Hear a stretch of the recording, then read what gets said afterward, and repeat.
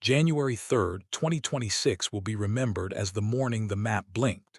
Before dawn, while most of the Western Hemisphere slept, something unprecedented unfolded beneath a starless Caribbean sky. There was no invasion fleet, no televised countdown, no declaration of war. Yet by sunrise, the leader of Venezuela was gone. In a brief address that rippled across global newsrooms, the President of the United States confirmed what many had already begun to suspect. Nicolás Maduro had been captured inside Caracas and was being transported to the United States to face trial. No tanks rolled through the capital. No beaches were stormed. No occupation was announced. Instead, the Venezuelan state simply went silent. And that silence tells us everything. What happened was not an invasion in the traditional sense. It was a surgical removal. In the hours before the operation became public, Venezuela's defensive nervous system collapsed.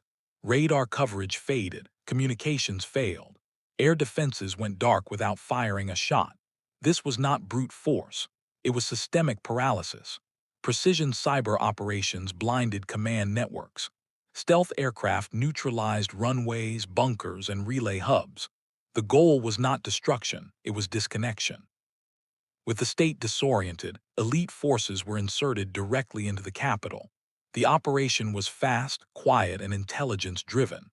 By the time loyalist units understood what was happening, it was already over. This is what modern power looks like.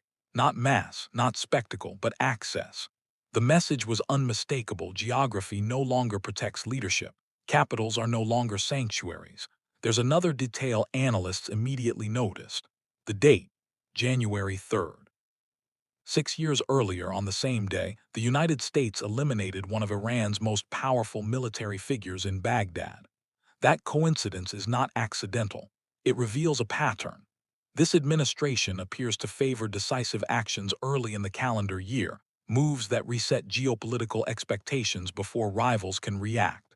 Strike first. Define the narrative. Force the world to adjust.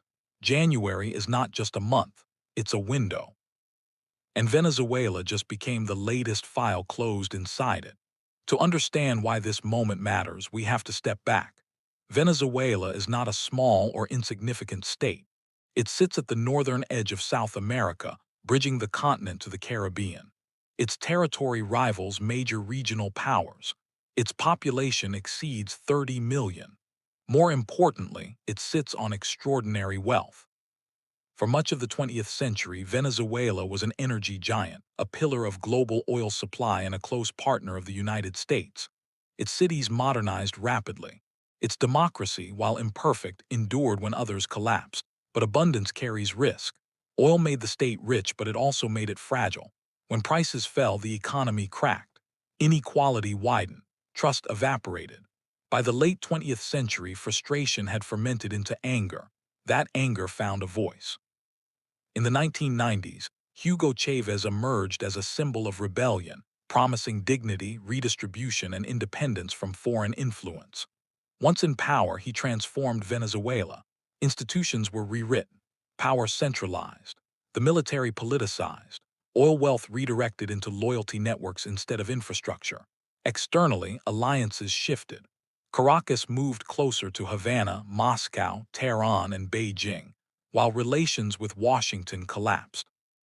The state became ideological, then personal, then brittle.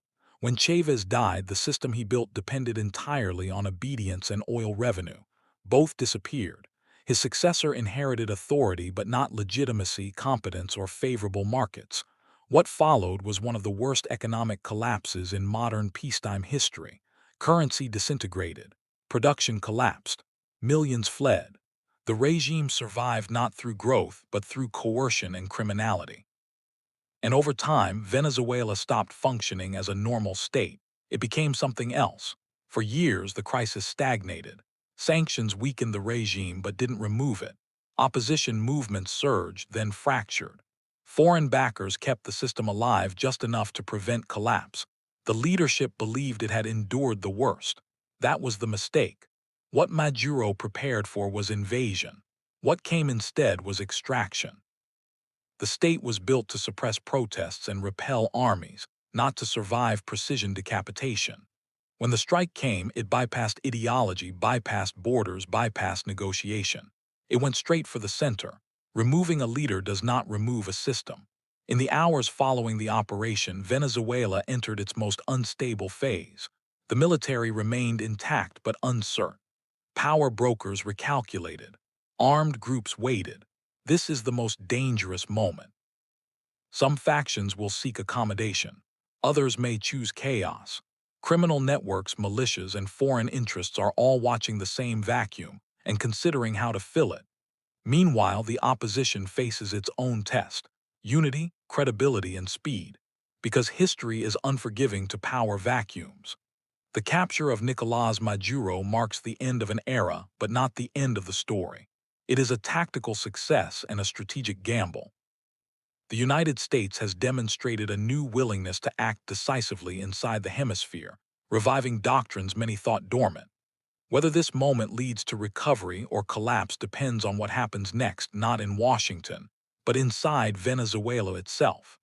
As the helicopters fade and the headlines cool, the real work begins. The country now stands between two futures, and the world is watching to see which one emerges.